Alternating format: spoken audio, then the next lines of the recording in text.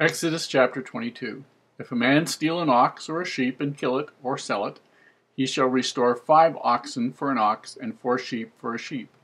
If a thief be found breaking up and be smitten that he die, there shall no blood be shed for him. If the sun be risen upon him, there shall be blood shed for him, for he shall make full restitution. If he have done nothing, then he shall be sold for his theft. Chapter 22. If a man shall steal an ox or a sheep and kill it or sell it, he shall restore 5 oxen for an ox and 4 sheep for a sheep. If a thief be found breaking up and be smitten that he die, there shall no blood be shed for him. If the sun be risen upon him, there shall be blood shed for him, for he should make full restitution. If he have nothing, then he shall be sold for his theft. If the theft be certainly found in his hand alive, whether it be an ox or ass or sheep, he shall restore double. If a man shall cause a field or vineyard to be eaten, and shall put in his beast, and shall feed in another man's field, or of the best of his own field, and of the best of his own vineyard shall he make restitution. If fire break out and catch in thorns, so that the stacks of corn, or the standing corn, or the field be consumed therewith, he that kindled the fire shall surely make restitution. If a man shall deliver unto his neighbor money or stuff to keep, and it be stolen out of the man's house, if the thief be found, let him pay double. If the thief be not found, then the master of the house shall be brought unto the judges to see whether he have put his hand unto his neighbor's goods.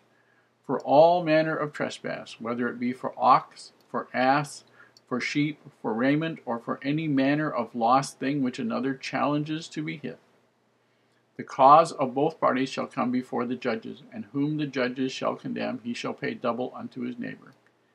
If a man deliver unto his neighbor an ass, or an ox, or a sheep, or any beast to keep, and it die, or be hurt, or driven away, no man seeing it, then shall an oath of the Lord be between them both, that he hath not put his hand unto his neighbor's goods, and the owner of it shall accept thereof, and he shall not make it good. And if it be stolen from him, he shall make restitution unto the owner thereof. If it be torn in pieces, then let him bring it for witness, and he shall not make good that which was torn. And if a man borrow aught of his neighbor, and it be hurt or die, the owner thereof being not with it, he shall surely make it good. But if the owner thereof be with it, he shall not make it good. If it be an hired thing, it came for his hire. If a man entice a maid that is not betrothed, and lie with her, he shall surely endow her to be his wife. If her father utterly refuse to give her unto him, he shall pay money according to the dowry of virgins. Thou shalt not suffer a witch to live. Whosoever lieth with the beast shall surely be put to death. He that sacrificeth unto any god, save unto the Lord only, he shall be utterly destroyed. Thou shalt neither vex a stranger nor oppress him, for ye were strangers in the land of Egypt. Ye shall not afflict any widow or fatherless child. If thou afflict them in any wise, and they cry at all unto me, I will surely hear their cry, and my wrath shall wax hot, and I will kill you with the sword, and your wives shall be widows, and your children fatherless. If thou lend money to any of my people that is poor by thee, thou shalt not be to him as a usurer, neither shalt thou lay upon him usury. If thou at all take thy neighbor's raiment to pledge, thou shalt deliver it unto him by that the sun goeth down. For that is his covering only, it is his raiment for his skin, wherein shall he sleep. And it shall come to pass, when he crieth unto me, that I will hear, for I am gracious. Thou shalt not revile the gods, nor curse the ruler of thy people. Thou shalt not delay to offer the first of thy ripe fruits, and of thy liquors. The firstborn of thy sons shalt thou give unto me. Likewise shalt thou do with thine oxen and with thy sheep. 7 days it shall be with his dam. On the 8th day thou shalt give it me. And ye shall be holy men unto me. Neither shall ye eat any flesh that is torn of beasts in the field. Ye shall cast it to the dogs. In Exodus 22, we see an idea that has value here. And it's not only that it's dealing with loss and wrong, and it covers 2 sides of the coin. And the first one, basically, it deals with if you do something wrong, there is a punishment affixed. But in addition to that, there is an amount of restitution that needs to be affixed. In other words, you might have stolen somebody's sheep, but just giving them one sheep isn't going to be good enough. You're going to have to give them 4.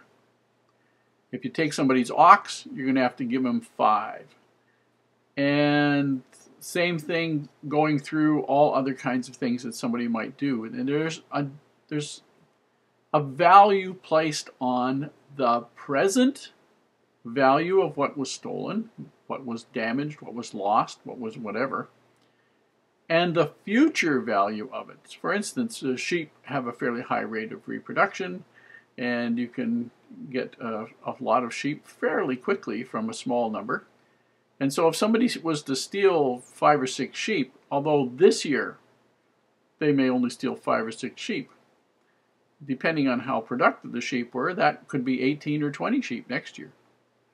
And it could, in a couple of years down the road, represent 50, 60, 100 sheep.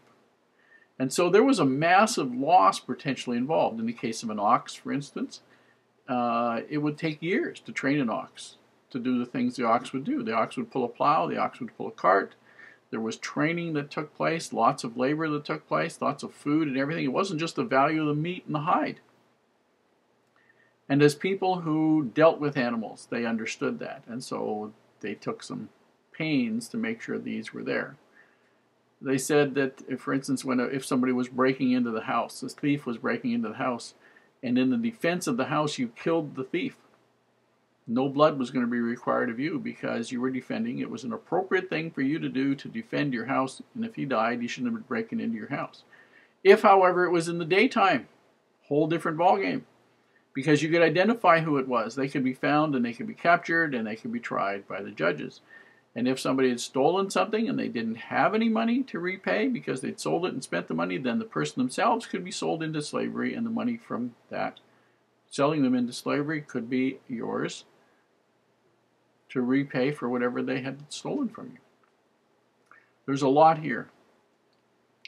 The whole goal of this is to establish a certain amount of restitution, payback for not doing right. And you need to understand the reason primarily that these things were stated was because the people were looking for a law that allowed them to get away with the least possible punishments. They wanted to know, if I steal his sheep, his ox, if my ox kills his ox, whatever, what's the least I can get away with here? Because people who are living righteously would want to do whatever they could to make it right. And they would look at the circumstances of the person whose loss had occurred because of them, and they would voluntarily choose to make it right. But that wasn't the way these people were. And so they wanted laws, they wanted numbers, they wanted decisions, they wanted to be able to say, this is what it says, I have to give 4, and so I'll just give 4 and everything will be fine, hunky-dory. And that's how it was.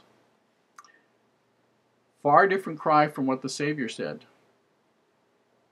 That they should want to do good. One thing I forgot, and that was the word liquors. Liquors meant the juices that wept out of the fruit or the item they had. For instance, if you stored fruit in jars, and some of the top stuff would crush some of the stuff on the bottom, and there would be some juice probably on the bottom. That was considered the liquor. We're not talking about something here that was fermented.